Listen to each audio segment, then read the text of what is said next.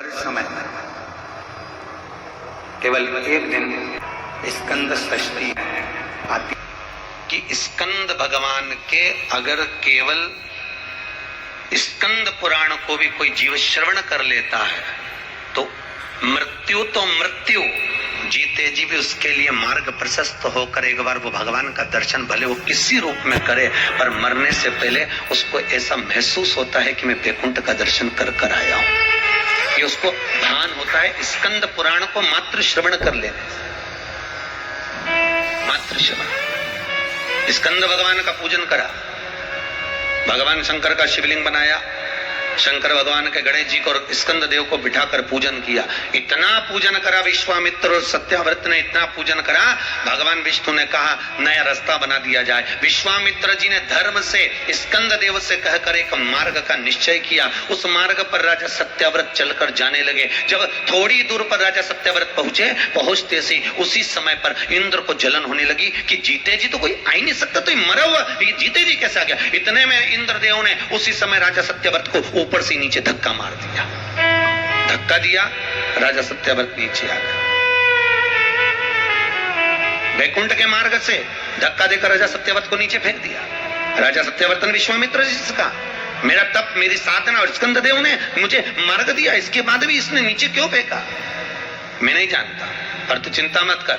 विश्वामित्र जी ने कहा फिर स्कंद देव की पूजन कर।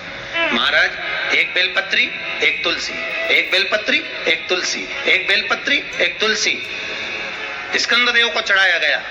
और जब बेलपत्र और तुलसा चढ़ाया गया स्कंद देव प्रसन्न हो गए महाराज, और प्रसन्न होकर कहा भगवान नारायण को याद किया। भगवान विष्णु ने कहा मांगिए क्या चाहिए। स्कंद देव ने कहा एक काम करो, वैकुंठ तो दुनिया जाती है, इनके लिए अलग वैकुंठ का निर्माण करा जाए, अलग से वैकुंठ बनाया जाए। वैकुंठ लोक और मृत्यु लोक के बीच में एक वैकुंठ बना दिया गया और उस वैकुंठ पर मार्ग प्रशस्त करा सत्याव्रत के लिए। जब राजा सत्याव्रत के लिए मार्ग प्रशस्त करा तब भगवान विश्वामित्र को लगा कि वैकुंठ तो हवा में टंग रहा, कहीं वापिस सत्याव्रत ऊपर चढ़ा और नीचे गिर गया तो करा क्या जाए। तब भगवान विश्वामित्र जी ने उसी समय पर एक बड़ा सा खंबा ले जाकर उस वैकुंठ में लगाया।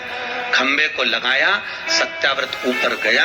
जाने के बाद जैसे सत्याव्रत ने प्रणाम करा, प्रणाम करते ही वैकुंठ का दर्शन करते ही एक अश्रु उस खंबे पर गिरा। उस खंबे पर गिरते ही वो अश्रु के खंबा स्पर्श होने से नारियल का वृक्ष प्रकट हो गया।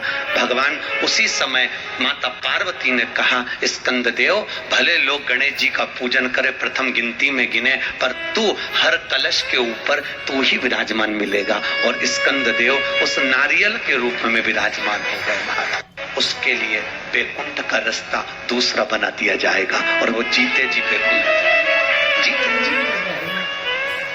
आज स्कंद षष्ठी है, तो आज के ही दिन, स्कंद षष्ठी के ही दिन एक बेलपत्र, एक दुर्वा, एक श्वेत पुष्प, सफेद फूल, स्कंद भगवान का जो स्थान है, स्कंद भगवान का जो स्थान है, उस स्थान पर एक बेलपत्र, एक दुर्वा, एक श्वेत पुष्प चढ़ाकर जल की धार को स्कंद बाबा पे समर्पित करते हुए शिवलिंग पर अगर समर्पित किया जाता है तो कितना भी, चाहे परिवार में विवाद चल रहा हो, चाहे परिवार में विवाद चल रहा हो, चाहे रिश्तेदारों में विवाद चल रहा हो, चाहे आपस में विवाद चल रहा हो, स्कंद षष्ठी के दिन अगर जल स्कंद भगवान का नाम लेकर समर्पित किया जाता है आज के दिन, तो परिवार में वापिस प्रेम बढ़ जाता है और परिवार टूटने से बच जाता है। इतना नियम स्कंद षष्ठी का, इतना क्रम शिव महापुराण के अंतर्गत।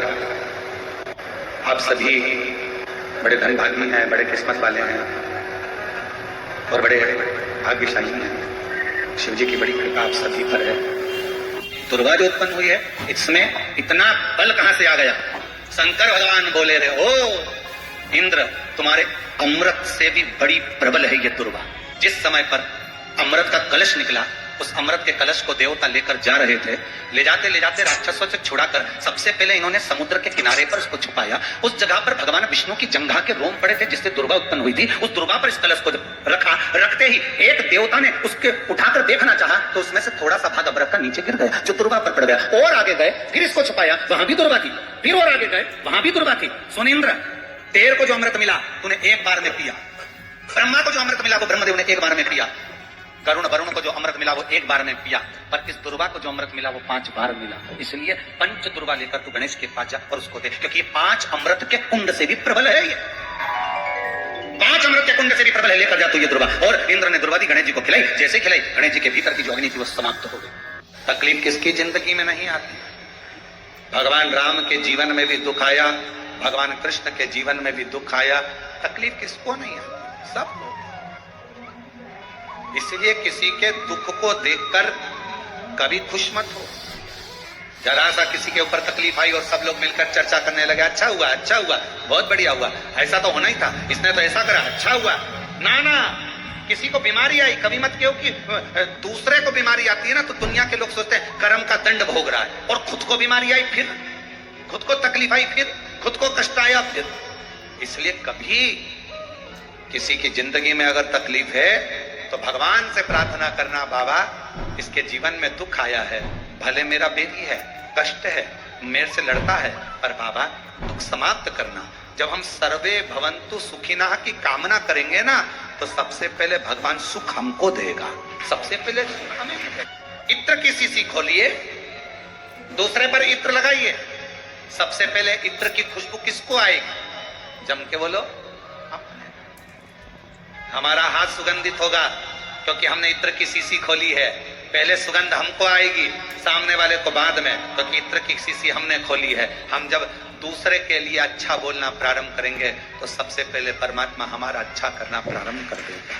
अच्छा महाराज का महापुराण वर्णन करती है, किसी भी छठ के दिन, चाहे अंधेरी की छठ हो, चाहे उजाले की छठ हो, अगर गजानन कार्तिकेय जी महाराज का नाम लेकर 6 बेलपत्र पर 6 दुर्वा, 6 पुष्प, 6 अक्षत के दाने रखकर गजानन कार्तिकेय बाबा की स्मरण करकर शिवलिंग की जो जलाधारी है, जलाधारी पर जहाँ अशोक सुंदरी का स्थान है उसी के पास में कार्तिकेय जी का स्थान है। किसी भी छठ पर यदि आप बाबा को वो बेलपत्र, वो दुर्वा, वो पुष्प, वो अक्षत का दाना, स्कंद भगवान का नाम लेकर, कार्तिकेय बाबा का नाम लेकर यदि समर्पित करते हैं, जिंदगी में कितना भी कर्जा हो, कर्जा 3 महीने के अंदर समाप्त होता ही। साथ में आपका परिश्रम, साथ में आपकी मेहनत और आपकी दृढ़ता। लोग सोचते हैं कि हमने शंकर जी को बेलपत्र समर्पित कर दी, कर्जा चुकेगा, पर साथ में मेहनत भी करना।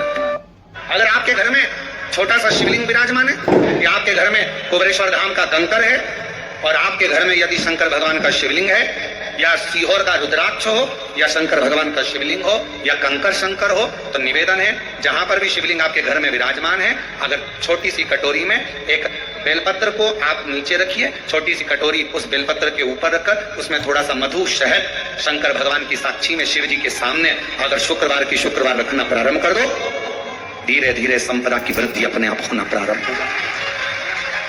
मधु, इसलिए आज भी नियम है, जिसके घर में संपदा की कमी होती है, जिसके घर में कर्जा बढ़ जाता है, लक्ष्मी नहीं आती, बहुत टेंशन की जिंदगी जीता है मनुष्य, व्यापार चल नहीं रहा, बहुत तकलीफ का जीवन चल रहा होता है, तो आज भी नियम है महाराज कि सोमवार, शुक्रवार, ये 2 बार ऐसे हैं, इन 2 बार को यदि कटोरी में थोड़ा सा शहद रखकर, मधु रखकर यदि लक्ष्मी जी का स्मरण किया जाए और माता लक्ष्मी जी का स्मरण कर एक लाल पुष्प उस कटोरी के सम्मुख में माता लक्ष्मी का नाम लेकर रखा जाए और बाद में वही शहद।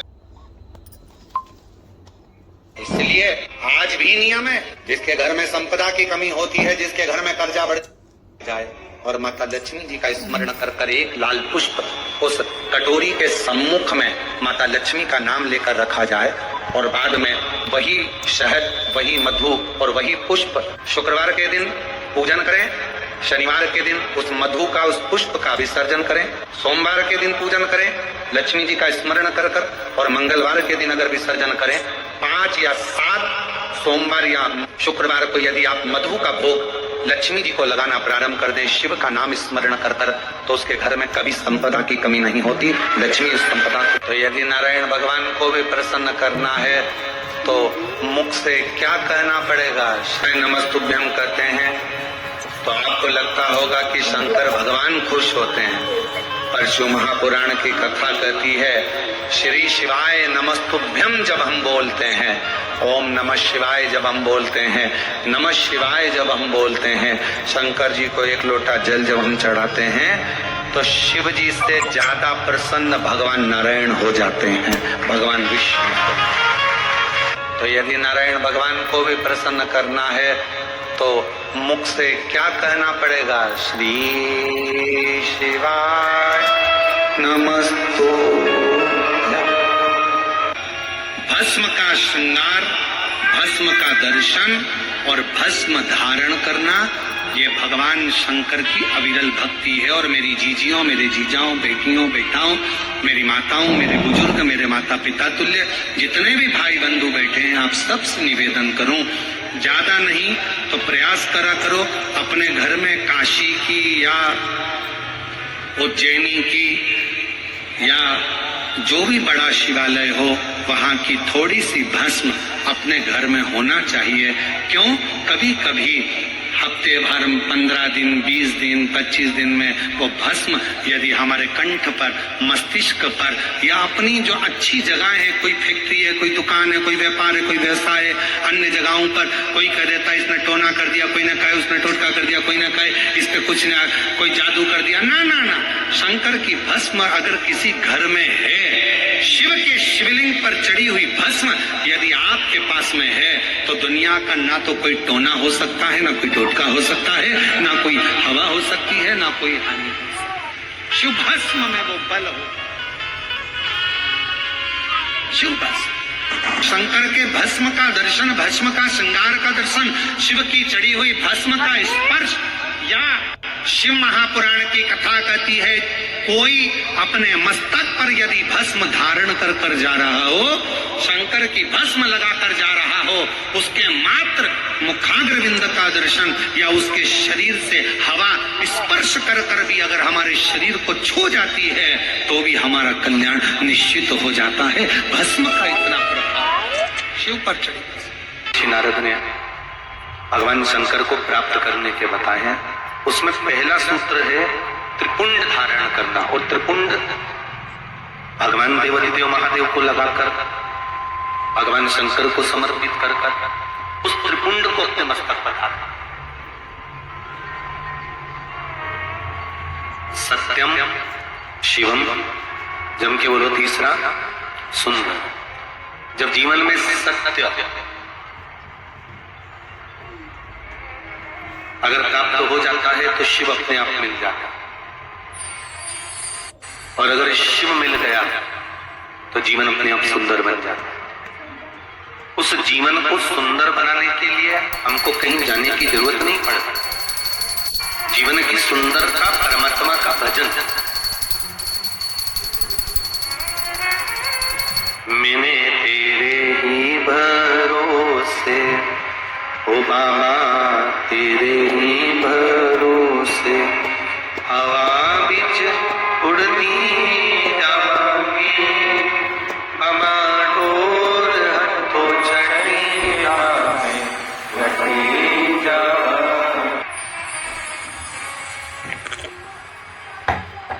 शिव मंदिर में लगाया गया, चाहे भस्म हो, चाहे चंदन हो, हल्दी हो, अबीर हो, गुलाल हो, भगवान शंकर को समर्पित करी गई कोई भी वस्तु का, उस सामग्री का त्रिपुंड। बास्केट मध्ये ना कार्ड और हम तो पहले भी कथा में कहे, आज फिर आपसे कहते हैं कि आप रोज प्रतिदिन भगवान को लगाई गई सामग्री का अगर त्रिपुंड नहीं लगा सकते तो हफ्ते में कम से कम एक दिन ऐसा बना लो कि आज मैं शंकर मंदिर जाऊंगा और शिव जी के मंदिर पर अगर जो मिला उसका मैं मस्तक पर त्रिपुंड लगाऊंगा, भले वो जल क्यों ना मिला हो, भले वो कोई सामग्री क्यों ना हो। सूत्र बताया गया है भगवान शिव का पंचाक्षर मंत्र।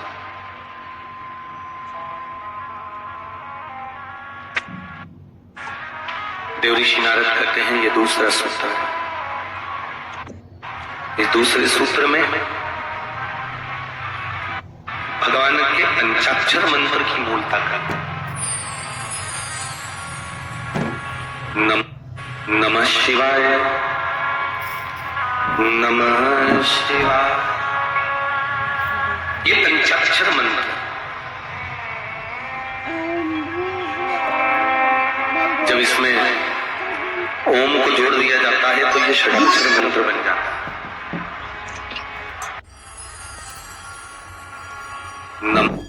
नमः शिवाय, नमः शिवाय, ये पंचाक्षर मंत्र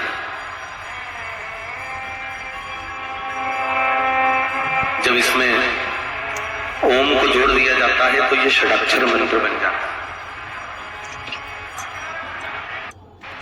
अक्षर मंत्र बन जाता है। स्त्रियां, नारियां, माताएं जब भी मंत्र का जाप करती है ना, जब भी षडाक्षर मंत्र का जाप करती है तो वो पंचाक्षर से चालू करती है। स्त्रियों को, नारियों को, माताओं को जब भी शिव नाम के मंत्र का जाप करना है तो पहले उनको पंचाक्षर से चालू करना पड़ेगा। दूल्हा दरवाजे पर जब आता है, मटकी में जो दिया लगाया जाता है, शादियों लेके खड़ी होती है कन्याओं, वो मटकी में एक बत्ती का दिया लगता है कि 4 बत्ती का लगता है? जम के बोले 4 बत्ती का लगता है ना, 4 बत्ती का दिया, क्योंकि हमारे यहाँ शुभ कार्य हो रहा है, 4 बत्ती का दिया लगाया। तुम्हारे यहाँ प्रतिदिन घर में आरती करते होगे तो जो घी के डब्बे में भींगी भींगाई बत्ती रखी रहेंगे उसको निकाल के धर देते। बोलो सही है गलत है?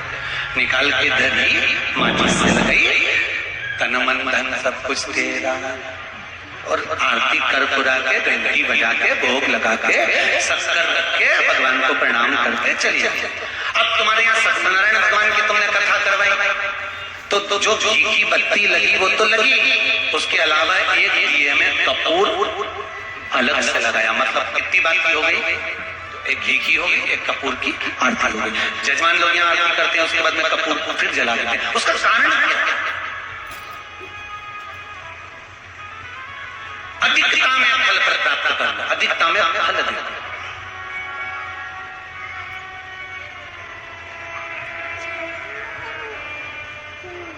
साल, 2 साल, 4 साल, 6 साल में आप भी प्रयास करा करो, पतली पतली बत्ती बनाकर 108 गिनकर घी में जब उसको पूरी बांध लो, घी में भिगो कर रख। कोई घर में विशेष कार्य हुआ या कहीं तीर्थ गए, कहीं गंगा जी के घाट पर गए, सरयू, मंदाकिनी, नर्मदा, गोदावरी, छिपरा आदि के घाट पर गए तो उस बत्ती को प्रकट कर कर जलाकर रख दिया। क्या होता है उससे?